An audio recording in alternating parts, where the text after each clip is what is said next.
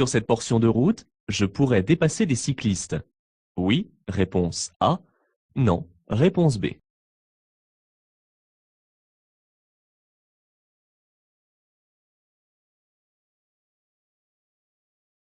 Dans cette situation, je dépasse. Réponse A. J'attends. Réponse B.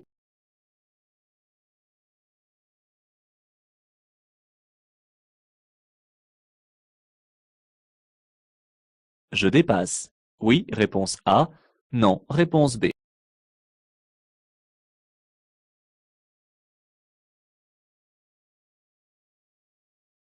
Je circule dans un sens unique. Je dépasse par la droite cet usager qui se maintient à gauche. Oui, réponse A. Non, réponse B.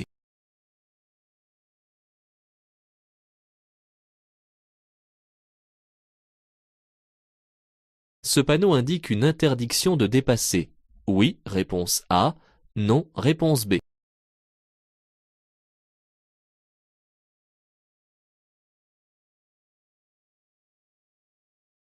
Je maintiens mon allure. Oui, réponse A.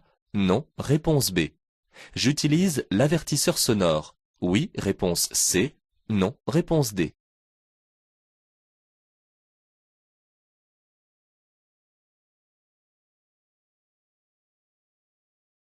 Je peux dépasser ce poids lourd par la droite. Oui, réponse A. Non, réponse B.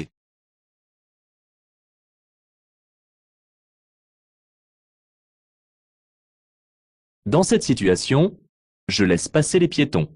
Réponse A. Je passe. Réponse B.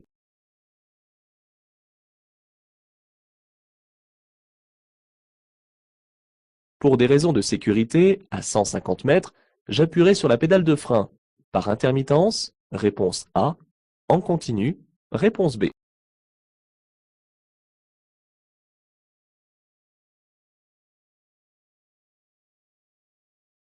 Pour utiliser la voie à droite, j'entre au plus tôt. Réponse A. J'attends les autres panneaux. Réponse B.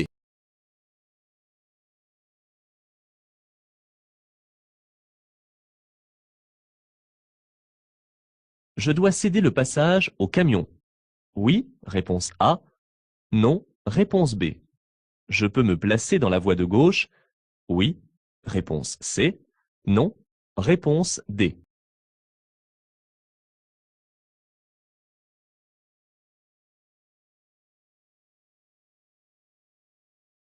Sur une route très enneigée aux intersections, le régime de priorité est automatiquement à droite. Oui, réponse A. Non, réponse B. La courtoisie est souvent la règle à appliquer. Oui, réponse C.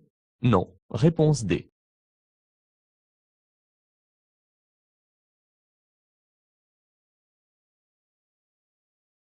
Je tourne à droite. Je cède le passage à gauche. Oui, réponse A. Non, réponse B. Je cède le passage à droite. Oui, réponse C. Non, réponse D.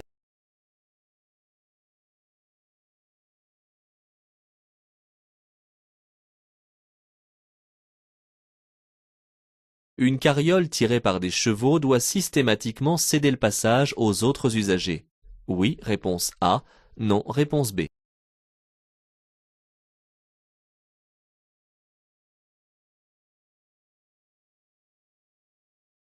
Où se situent là où les zones les plus dangereuses? La zone 1. Réponse A. Les zones 1 et 2. Réponse B. La zone 3. Réponse C. Les zones 1 et 3. Réponse D.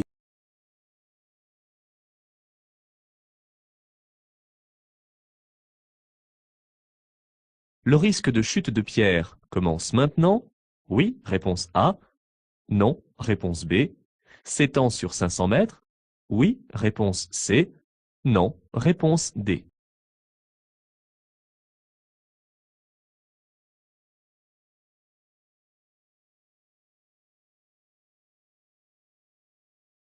Ce panneau positionne ce passage piéton devant moi. Réponse A. Annonce un autre passage piéton à 50 mètres. Réponse B.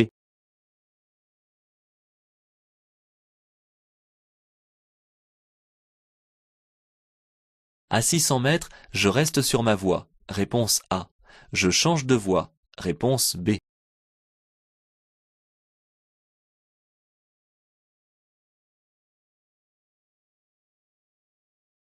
Les chiffres inscrits sur les panneaux indiquent les distances me séparant des villes. Réponse A. Des sorties. Réponse B.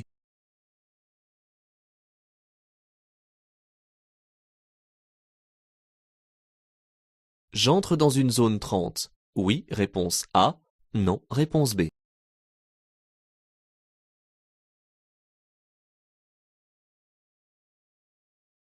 L'interdiction de tourner à gauche me concerne. Oui, réponse A. Non, réponse B.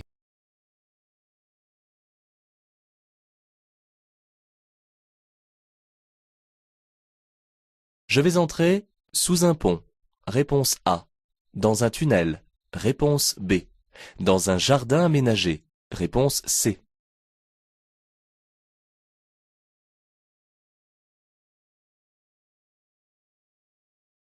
Cette signalisation indique un parking arrêt minute. Réponse A. Un musée. Réponse B.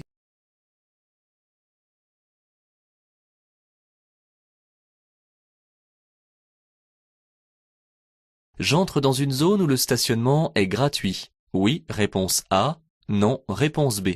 À durée limitée. Oui, réponse C. Non, réponse D.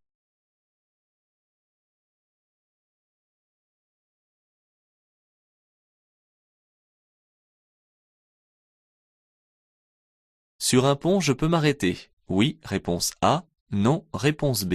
Stationner. Oui, réponse C. Non, réponse D.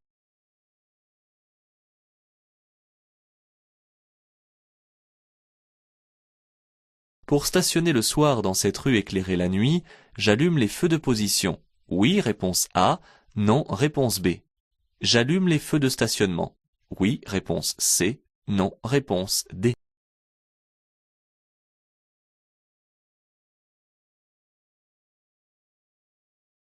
L'arrêt et le stationnement sont interdits. Oui, réponse A. Non, réponse B.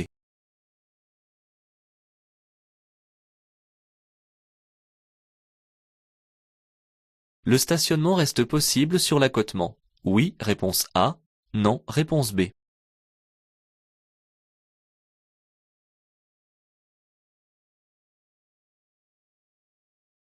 Je peux m'arrêter ici à droite pour téléphoner.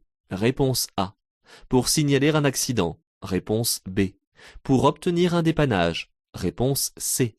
Pour lire une carte routière. Réponse D.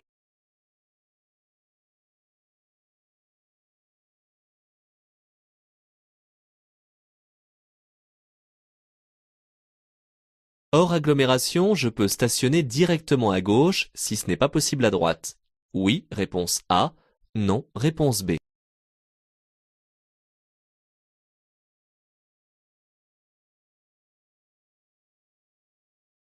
Hors agglomération, il est possible de stationner à contresens. Oui, réponse A. Non, réponse B.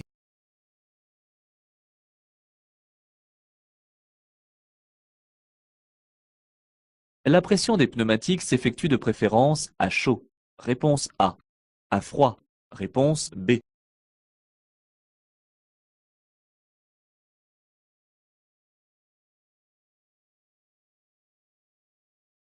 Je commets ici un excès de vitesse compris entre 1 et 19 km/h. Je risque une amende de troisième classe. Réponse A. Une perte de points sur mon permis.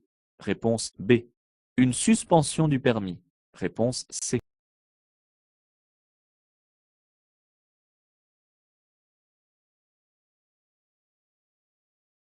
Je fais un appel lumineux. Oui, réponse A. Non, réponse B. Je peux éventuellement changer de voie. Oui, réponse C. Non, réponse D.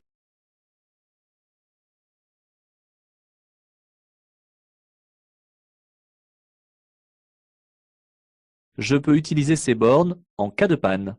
Oui, réponse A. Non, réponse B. En cas d'accident. Oui, réponse C. Non, réponse D.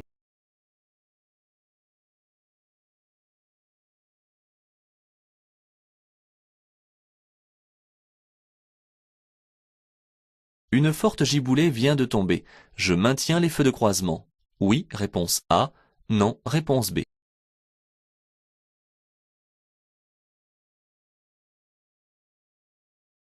En voiture, circuler de jour avec les feux de croisement est interdit. Réponse A. Parfois conseillé. Réponse B. Obligatoire. Réponse C.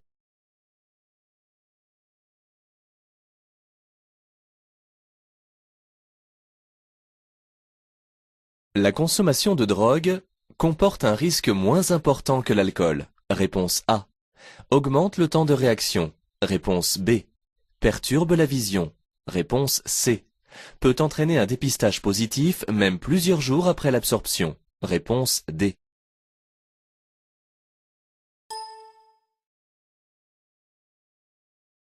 L'usager lancé hésite. Ce véhicule bénéficie d'une priorité de passage. Oui, réponse A. Non, réponse B. Je l'invite à s'insérer. Oui, réponse C.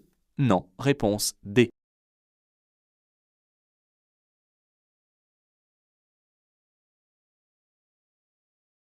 Cet usager m'a vu, mais ne semble pas vouloir s'arrêter. J'utilise l'avertisseur sonore, réponse A, ou je freine en urgence, réponse B.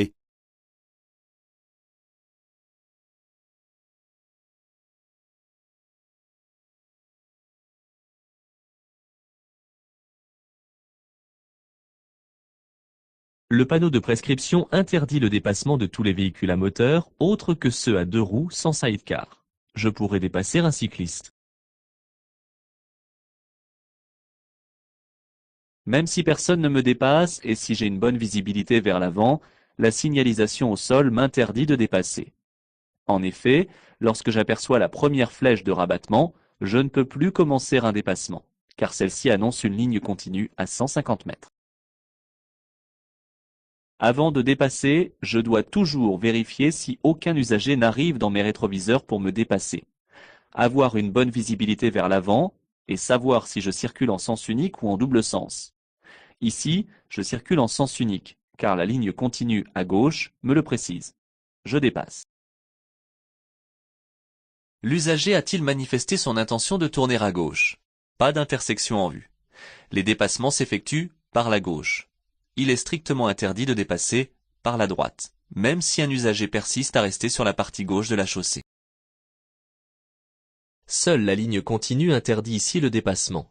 Bien que le motif du panneau montre deux sens exclusifs, celui-ci indique seulement l'endroit où la chaussée devient à double sens de circulation.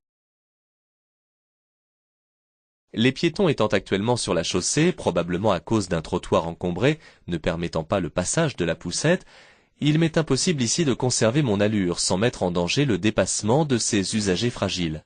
Je dois adapter ma vitesse, quitte à m'arrêter au besoin. Même s'il y a ici danger dans le dépassement, il ne s'agit pas à proprement parler d'un cas de danger immédiat. Je n'ai donc pas la possibilité d'utiliser l'avertisseur sonore, qui risquerait de surprendre les parents de cet enfant, que je pourrais en plus réveiller inutilement. Hors de question de dépasser ce poids lourd par la droite. S'il s'écarte sur la gauche pour tourner à droite, c'est parce que c'est un véhicule long et que son conducteur a besoin d'espace pour ne pas risquer d'accrocher des panneaux ou un autre obstacle au moment de sa manœuvre. En tentant de dépasser par la droite, je prends un risque énorme. Trop de conducteurs de véhicules à deux roues sont ainsi accidentés chaque année. Je reste où je suis. Il est clair que les piétons attendent qu'on les laisse passer. Je ralentis et je m'arrête, car je dois laisser passer les piétons qui manifestent leur intention de traverser. Le panneau triangulaire annonce une descente dangereuse à 150 mètres. Il faudra utiliser le frein moteur en rétrogradant, car la pente est très forte. De plus, il sera nécessaire de freiner par intermittence pour ne pas prendre trop de vitesse dans cette descente impressionnante. Si je laisse en permanence mon pied sur la pédale de frein, ceci risque de s'échauffer et il deviendrait alors rapidement inefficace. Si la voie de sélection est si longue, c'est afin d'assurer la fluidité au niveau de la bifurcation au loin, du fait que l'axe est souvent très chargé. Je vais donc m'y placer dès que possible, après avoir vérifié qu'elle est libre. Au niveau des panneaux, au loin, ce sera trop tard. Le panneau de céder le passage ne concerne que le véhicule rouge, puisque je circule sur l'axe principal. Le camion va s'insérer sur ma voie et doit me céder le passage. Cependant, il est de bon usage de se placer à gauche afin d'aider l'insertion des véhicules lourds. La voie étant libre, je peux le faire sans risque. Il arrive parfois que la signalisation disparaisse sous la neige. Cependant, je dois appliquer la règle en vigueur, car les autres usagers ont peut-être un panneau qui leur est visible. En l'absence d'information, je m'attends à devoir céder le passage et éventuellement à faire signe aux autres de passer. Je sors ici d'un chemin de terre, sans aucune signalisation indiquant l'ordre de passage des usagers. Il y a cependant une signalisation de position d'intersection. Ce chemin n'est donc pas privé. Attention cependant, lorsqu'on sort d'un chemin de terre, on doit céder le passage aux usagers circulant sur l'axe principal. Ce type de véhicule est considéré comme un usager à part entière, auquel on cède le passage lorsque la règle ou le panneau l'exige. Je dois donc ici m'arrêter pour le laisser passer. Le passage, sous cet ouvrage, correspondant à la zone 1, est très étroit et sans visibilité. Je vais devoir être prudent en le franchissant, prêt à m'arrêter sur place si un véhicule à 2 ou 4 roues survient en face. Je suis peut-être ici en sens unique, mais rien ne me le garantit. La rue qui débouche de droite et qui correspond à la zone 2 est également sans visibilité. Même si je suis prioritaire grâce au céder le passage pour les autres usagers, je dois, avant de franchir cette zone, contrôler cette intersection. La zone 3 ne présente pas de danger particulier, le véhicule qui me suit étant assez loin. Un panneau de danger est situé à environ 150 mètres du risque qu'il annonce, en dehors des agglomérations. Le panonceau qui le complète indique, avec les 2 flèches dirigées vers le haut, que ce risque existe sur une distance de 500 mètres. Un panneau carré à fond bleu, s'il n'est pas complété d'un panonceau de distance, est implanté à l'endroit même où se trouve l'objet qu'il indique. Ici, le panneau positionne le passage piéton afin de le rendre plus visible. Des travaux sur l'autoroute obligent à réduire le nombre des voies. Ainsi, à 600 mètres, nous passons de 2 à une seule voie. Le schéma montre clairement ici que ma voie va être supprimée et que je vais devoir passer sur celle de gauche.